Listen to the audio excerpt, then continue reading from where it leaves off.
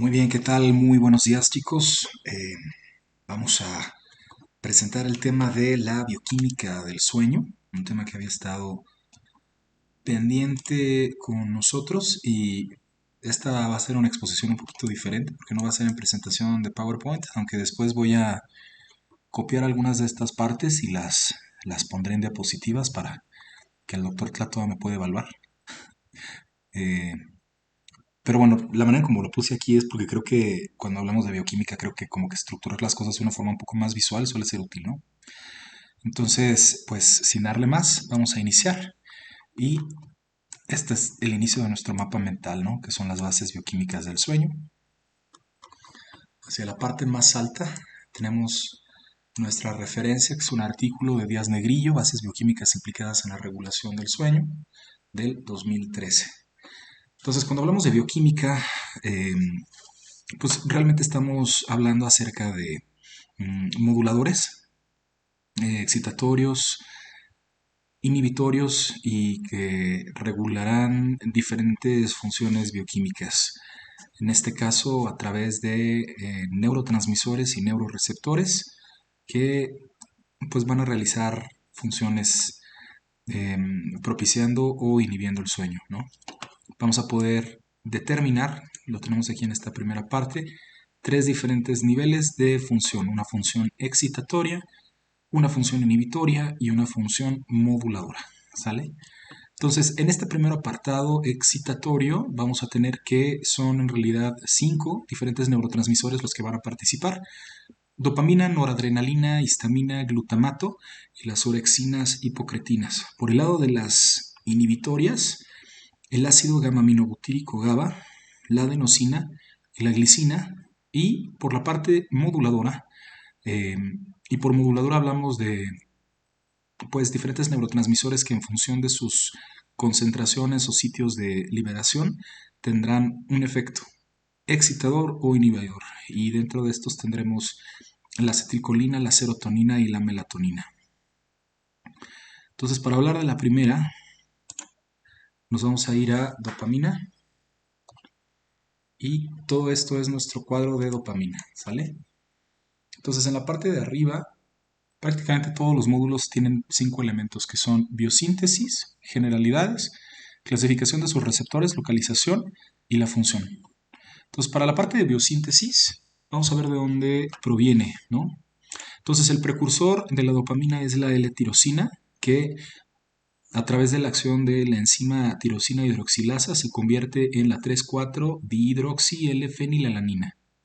Notarán aquí que todas las enzimas están marcadas con este color verde fosforescente, ¿no? Para que sea más sencillo en un posterior repaso el poder como que regresar y revisarlas. Entonces, a esta 3,4-dihidroxi-L-fenilalanina, eh, por efecto de la dopa descarboxilasa, se terminará transformando en dopamina. Esto queda representado también con esta imagen que es la biosíntesis de la dopamina y podemos ver que son pues exactamente los mismos pasos, ¿no? De tirosina a dopamina y de este lado pues la fórmula de su molécula, ¿sale? Dentro de las generalidades hablamos de que este neurotransmisor fue descrito por primera vez por Carlson y Hillard en 1952 y pertenece al grupo de las catecolaminas junto con algunas otras moléculas como por ejemplo la norepinefrina, la dobutamina también. Y la clasificación de sus receptores, en realidad vamos a tener 5 receptores agrupados en dos subclasificaciones, los receptores D1 y los receptores D2. La localización, eh, digamos que aquí vienen enumerados los sitios o posicionados los sitios en donde hay una mayor concentración de estos neuroreceptores. En el núcleo estriado, en el núcleo accumbens, en la sustancia negra, en el sistema límbico, en el tálamo y la corteza. Y bueno, ya dentro de la función hablábamos de que en términos generales todos estos van a tener función excitatoria, es decir, van a ser funciones que van a buscar perpetuar el estado de vigilia, ¿no? A través de un efecto alertizante. Lo que se observó durante diferentes experimentaciones que están reportadas en esta bibliografía es que la dopamina va en aumento en la corteza durante todo el proceso de vigilia. Y hay diferentes medicamentos que pueden antagonizar estos receptores dopaminérgicos, como por ejemplo los medicamentos que pertenecen a la familia de las fenotiacinas o fenotiacidas, como lo es la clorpromacina, que el efecto biológico de este tipo de medicamentos será el aumento del tiempo de sueño. ¿Sí sigue grabando? Sí, creo que sí, ok. Entonces, bueno, con esto, por el mecanismo de este medicamento y porque sabemos cómo funciona, es que podemos como que comprobar realmente pues, el efecto de la dopamina dentro del sueño, ¿no? Entonces, pasamos ahora a nuestro segundo transmisor, que en este caso es la noradrenalina o norepinefrina. La biosíntesis es algo chistoso porque el precursor de la noradrenalina justamente es la dopamina. Entonces, en este punto, hagan de cuenta que simplemente vamos a, como que continuamos el caminito de la biosíntesis que habíamos visto previamente. Me voy a subir tantito, esto otra vez es dopamina, habíamos hablado de que L-tirosina, A, 3, 4, todo esto, L-dopa, y luego dopamina. Pero la dopamina por efecto de la dopamina beta hidroxilasa puede transformarse en noradrenalina y esta es en otra imagen cómo se va produciendo como este intercambio tirosina dopa, dopa dopamina y de dopamina a noradrenalina. Por eso hablamos de que pertenecen a la misma familia de transmisores, las catecolaminas, aunque también norepinefrina entra dentro de las categorías de las fenetilaminas. Bueno, dentro de la clasificación hablamos de que existen, pues en realidad, dos grandes grupos, ¿no? Los alfa-adrenérgicos y los beta-adrenérgicos. De estos, a su vez, se puede realizar una subdivisión en receptores A1, A2 por parte de los alfa-adrenérgicos y por parte de los beta-adrenérgicos, el beta-1 y el beta-2. De todos estos, el que tendrá mayor protagonismo en los ciclos de vigilia-sueño será el A2. La localización clásica de los receptores noradrenérgicos, será en el locus coeruleus y la manera en cómo lo hemos podido identificar en la bibliografía es a partir de lesiones en esta región que van a producir pues, un aumento de la hipersomnia. ¿Sale? Ya el efecto biológico es el aumento de la fase N3, así como el sueño REM. Entonces, eh, esta digamos que es una zona activadora, si está lesionada, entonces se suscita o se predispone la aparición del sueño. Sin embargo, algo que ha sido, pues de alguna manera controversial, es que lo que platicábamos previamente, ¿no? O sea, tiene una función excitatoria. Nosotros esperaríamos que su aumento perpetúe la vigilia y su disminución favorezca la aparición del sueño. Sin embargo, hay algunas excepciones reportadas, como por ejemplo la clonidina, que es un medicamento agonista adrenérgico 2, que al ser agonista produciría aumento en la concentración de noradrenalina y por tanto esperaríamos que propiciara una mayor duración del estado de vigilia y sin embargo su efecto biológico es una disminución de la liberación de la noradrenalina. Entonces aquí por ejemplo se rompe esa tendencia de que los agonistas aumenten la noradrenalina, aquí produce una disminución y bueno, el efecto biológico de la disminución de la noradrenalina sigue siendo el mismo, la disminución del sueño REM y del no REM. Entonces, digamos que esta es como una excepción que tendremos que considerar, pero bueno, finalmente los aumentos perpetúan la vigilia y las disminuciones van a facilitar el sueño. Por parte de la histamina.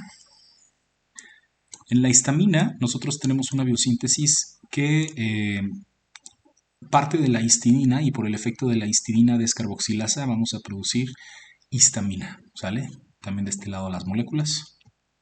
Hablamos de que en realidad se describen 4 principales receptores de histamina o histaminérgicos, de los cuales los primeros dos, el H1 y el H2, van a tener una predisposición, digamos, dentro de la anatomía, sobre todo en región del sistema nervioso central y en la periferia.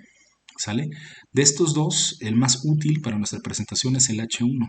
El H1 es ese receptor en donde tienen efecto pues algunos de los medicamentos más clásicos que nosotros prescribimos, los antihistamínicos de primera generación, que además de todo su efecto antagonista de la histamina, también conocemos que favorecen la sedación. El efecto sedante es por el antagonismo de estos receptores, entonces lo entendemos así.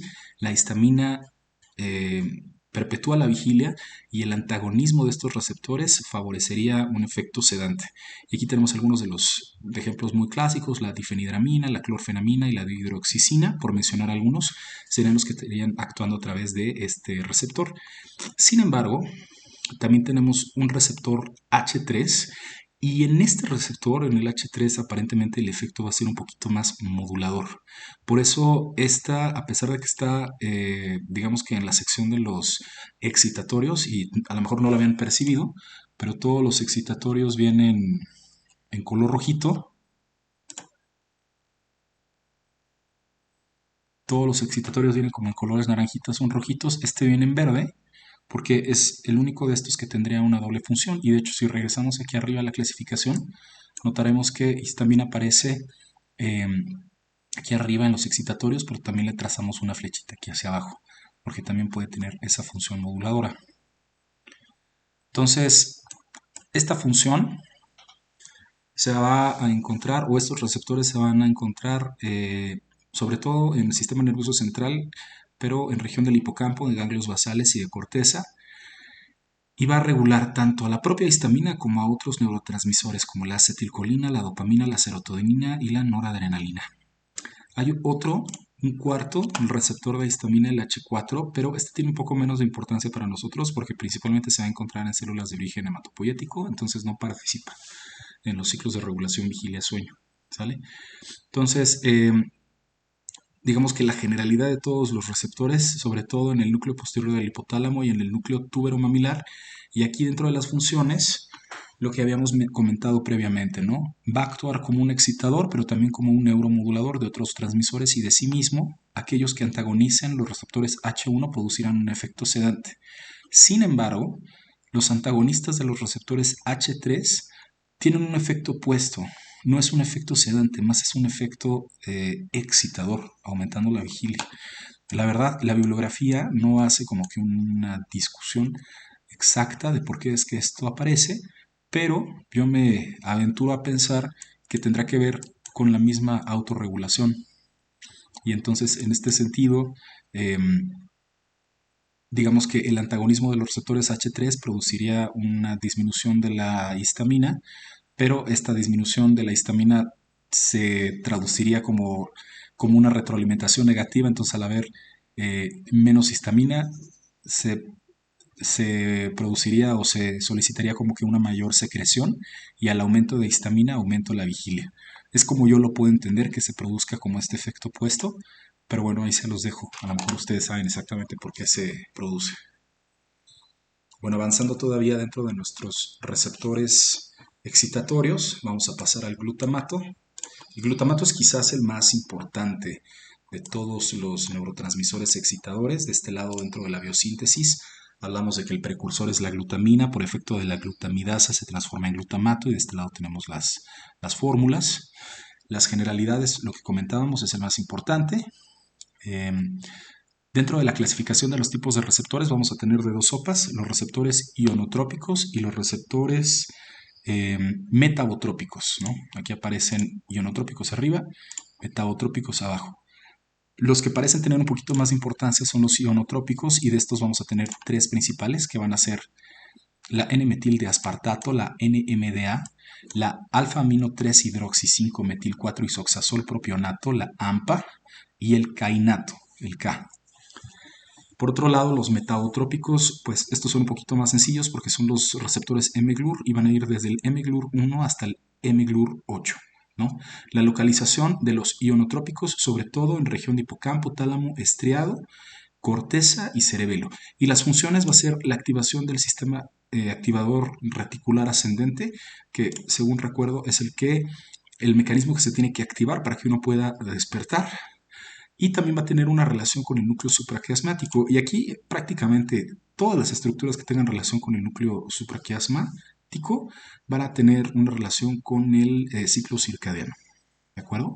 ¿Por qué? Porque digamos que por parte del núcleo supraquiasmático van a recibir estímulos luminosos, estímulos de luz, y a través de eso establecerán los ciclos de día y noche, y también por la continuidad que van a tener con la hipófisis, también la parte de anterior, la que realmente se encarga de la producción y no del reservorio de las hormonas, que es la adenohipófisis. eh, con relación a ella van a poder también propiciar secreciones paracrinas de algunas hormonas. Entonces, digamos que principalmente van a participar en la regulación del ritmo circadiano vigilia-sueño y, por mencionar algún ejemplo, antagonistas de los receptores NMDA podrían suprimir el efecto del glutamato en el núcleo supraquiasmático. Entonces, a través de estos antagonistas podríamos antagonizar este efecto excitador. ¿Sale? Muy bien. Vamos a avanzar entonces hacia nuestros últimos neurotransmisores excitatorios, que son las orexinas y las hipocretinas. La biosíntesis proviene de una molécula primordial, que es la prepo-hipocretina, que es un péptido de 131 aminoácidos. Va a estar codificado por un gen en el cromosoma 17q21. ¿Sale? A partir de la prepo-hipocretina, que es el precursor, se pueden sintetizar hipocretina 1 o hipocretina 2. Ahora, lo interesante es algo que ya habíamos comentado aquí. En 1998 había dos investigaciones a la par que estaban pues intentando dilucidar el mismo tema, ¿no?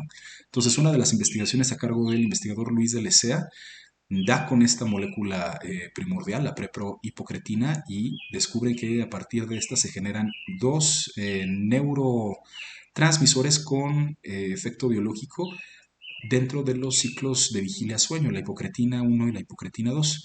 Y al mismo tiempo, Takeshi Sakurai también descubre las mismas dos moléculas, pero las nombra orexina A y orexina B. Es la razón por la cual al día de hoy se utilizan de forma indiscriminada. La hipocretina 1 es la orexina A y la hipocretina 2 es la orexina B. ¿Sale? Aquí para facilidad, pues vamos a seguirles llamando hipocretinas, pero bueno, recordar que hipocretina y orexina es lo mismo. Dentro de la clasificación de los receptores tenemos dos diferentes tipos de receptor, el receptor para hipocretina 1 y el receptor para hipocretina 2, ¿no? Las ubicaciones son por parte del 1, la formación hipocampal, el núcleo ventromedial del hipotálamo, el ráfeo dorsal y el locus coeruleus. Los receptores de hipocretina 2 en la corteza cerebral, por debajo del tálamo, en el núcleo accumbens, en los núcleos de la región pretectal posterior y en los núcleos paraventriculares, ¿sale? En otras regiones, sobre todo, donde van a tener la mayor función de la regulación del ciclo vigilia-sueño, en el hipotálamo, en sus regiones lateral, posterior y perifornical. La función, junto con el resto de los neurotransmisores excitadores, va a ser, por una parte, el mantenimiento de la hemostasis energética, la regulación del ciclo vigilia-sueño y el control neuroendocrino. Este control neuroendocrino dado también por su localización estratégica. Y dentro de la regulación ciclo-vigilia-sueño, la presencia de núcleos cerebrales relacionados con este control por el locus coeruleus, el núcleo de la región tuberomamilar y el ráfeo dorsal. Es decir, lo mismo, funciones excitadoras y de perpetuación de la vigilia. ¿Sale? Todos esos son los que van a involucrar de alguna manera la función excitatoria dentro de la bioquímica del sueño. Entonces, estos son los 5 que hemos visto: dopamina, noradrenalina, histamina, glutamato y orexinas hipocretinas. Déjenme ver cómo vamos de tiempo. Ok. Ahora vamos a tener una segunda subclasificación, que son los inhibitorios, y dentro de los inhibitorios vamos a tener tres principales: el ácido gamma aminobutírico, el GABA, la adenosina y la glicina. Estos están representados con un color azulito porque el azulito es como inhibición. ¿Sale? Entonces, para el GABA, vamos a hacer un ejercicio similar a lo que habíamos estado haciendo, la biosíntesis. El precursor es el glutamato, ¿no?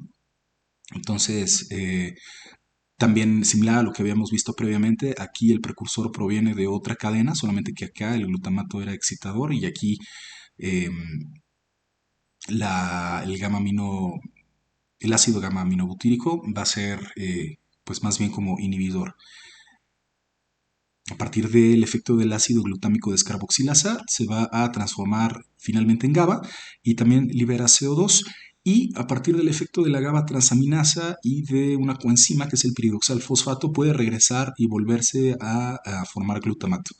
Esto es muy interesante porque querrá indicar que constantemente tenemos como un juego y un ciclo ahí en los neurotransmisores en el cerebro, y cuando se necesita una respuesta excitatoria, el GABA pasa a glutamato y al revés, cuando se requiere una respuesta inhibitoria, vamos a pasar de glutamato a GABA. Entonces estamos continuamente cambiando entre estos dos diferentes tipos de neurotransmisores.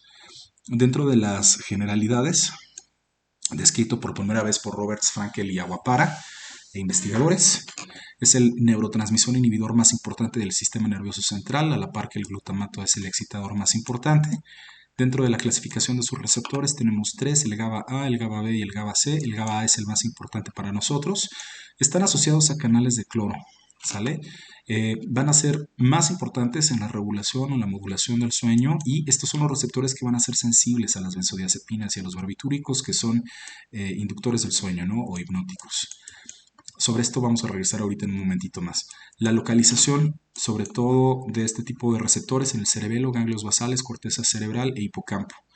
Van a tener diferentes funciones. Por una parte, van a producir una inhibición del sistema reticular activador ascendente, es decir, la aparición del sueño lento o el sueño no REM.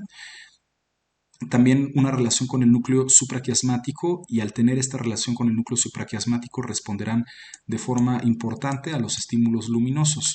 Este tipo de neurotransmisor, más allá de que puede transformarse de glutamato y de regreso a GABA, se plantea que puede tener, por lo mismo de su conexión con las estructuras que participan en la regulación del ciclo circadiano, efectos que dependerán del momento en el día en el que estemos, es decir, si es de día o es de noche. Durante el día puede ser excitador y durante la noche puede ser inhibidor. ¿Cómo se explica este efecto?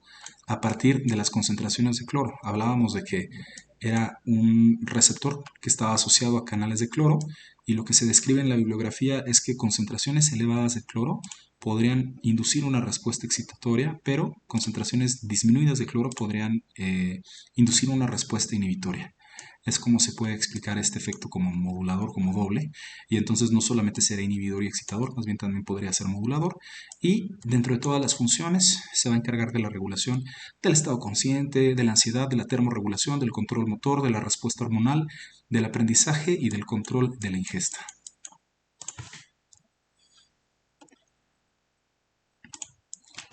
Después pasaríamos a nuestro segundo neurotransmisor inhibitorio, que en este caso sería la adenosina.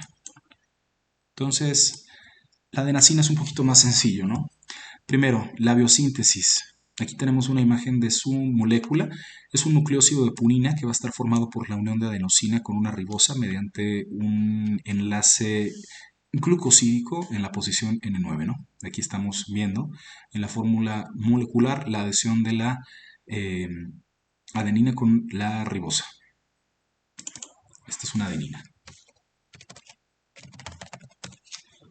con ribosa. Una disculpa. Dentro de las generalidades, comentan en la bibliografía que a través de técnicas de microdiálisis se ha podido determinar el acúmulo de esta sustancia en el cerebro durante la vigilia, durante todas las actividades. Se va acumulando y finalmente llegada la hora de dormir se produce, o más bien se produce una liberación y eso es lo que induce el sueño junto con otras estructuras o junto con otros neurotransmisores y antagonistas de la adenosina como la cafeína bloquean los sitios de acción de la adenosina. Se utilizan por el efecto biológico de prolongar el estado de vigilia y pues es lo que convencionalmente utilizamos, ¿no? En las mañanitas. Competir con la adenosina utilizando cafeína para antagonizar esta inducción del sueño. Por este lado tenemos la localización más común, que es en el hipotálamo anterior, en la región ventrolateral preóptica, y la función inhibitoria, ¿no? Favorecer los procesos del sueño.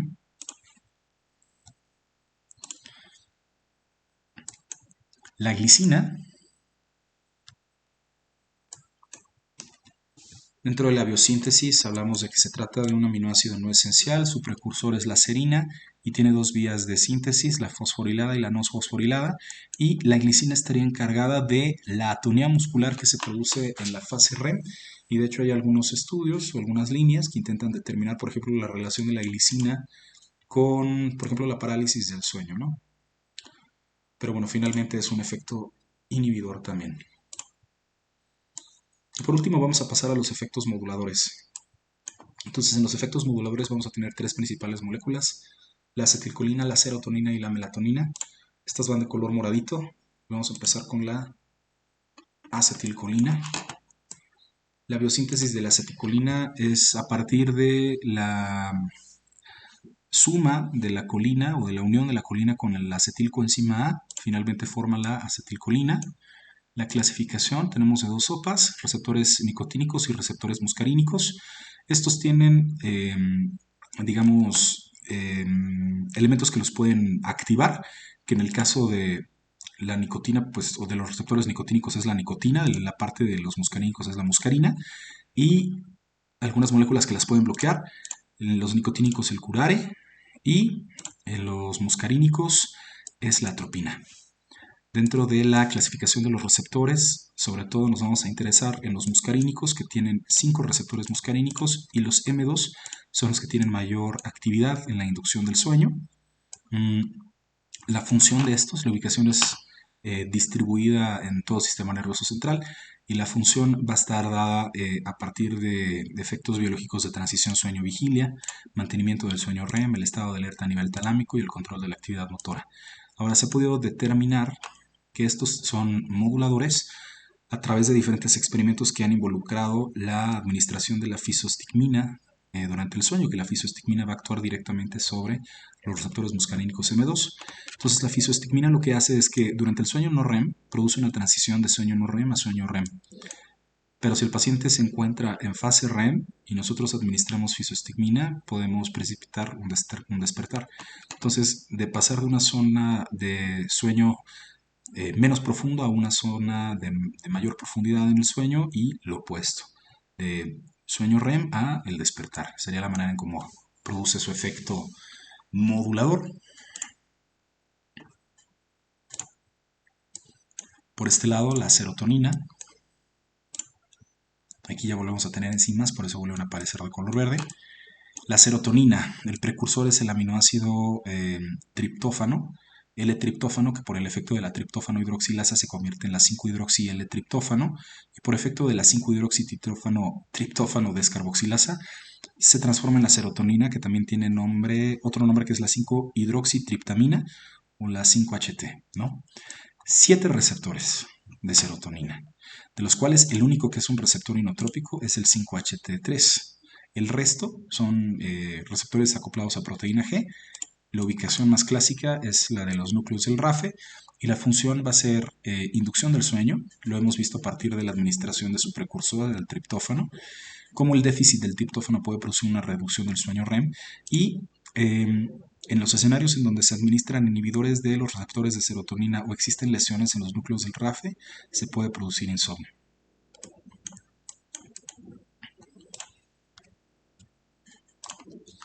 Y finalmente, nuestro último neurotransmisor va a ser la melatonina.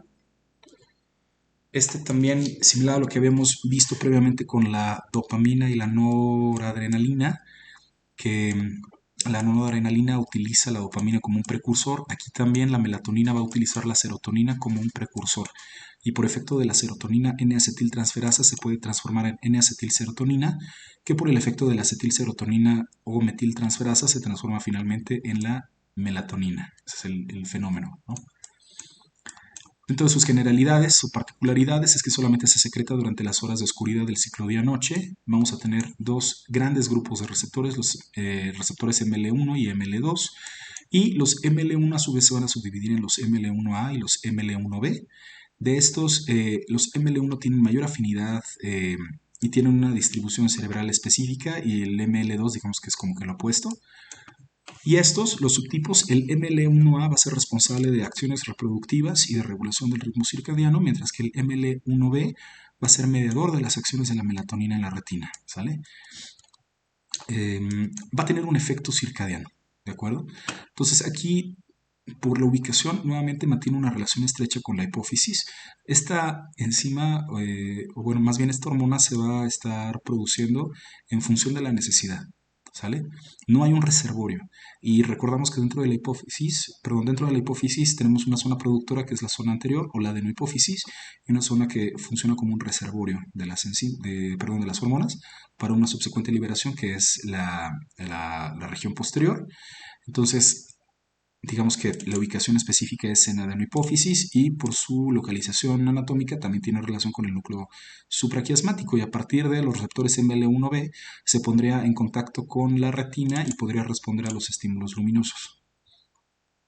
Dentro de las funciones, la inducción del sueño, la supresión puede presentarse a partir de un estímulo luminoso fuerte a través de estos receptores ML1B y también la sincronización interna del ritmo circadiano y de los mamíferos.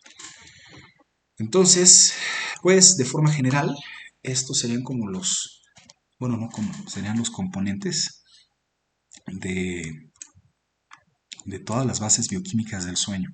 Y se correlacionan bien, me parece, con lo que habíamos visto previamente en las clases de fisiología del sueño, porque ahí vimos las regiones, ahí vimos las neuronas, tienen que ver en parte con los receptores, pero ya conocimos un poquito más acerca de los neurotransmisores también y de cómo se van intercambiando y algunos están más activos en algunos momentos y otros no. Bueno, pues de mi parte es todo. Quedo pendiente de cualquier comentario que tengan. Si es necesario ahondar sobre alguna particularidad, con mucho gusto lo hacemos y pues quedo al pendiente. Muchísimas gracias.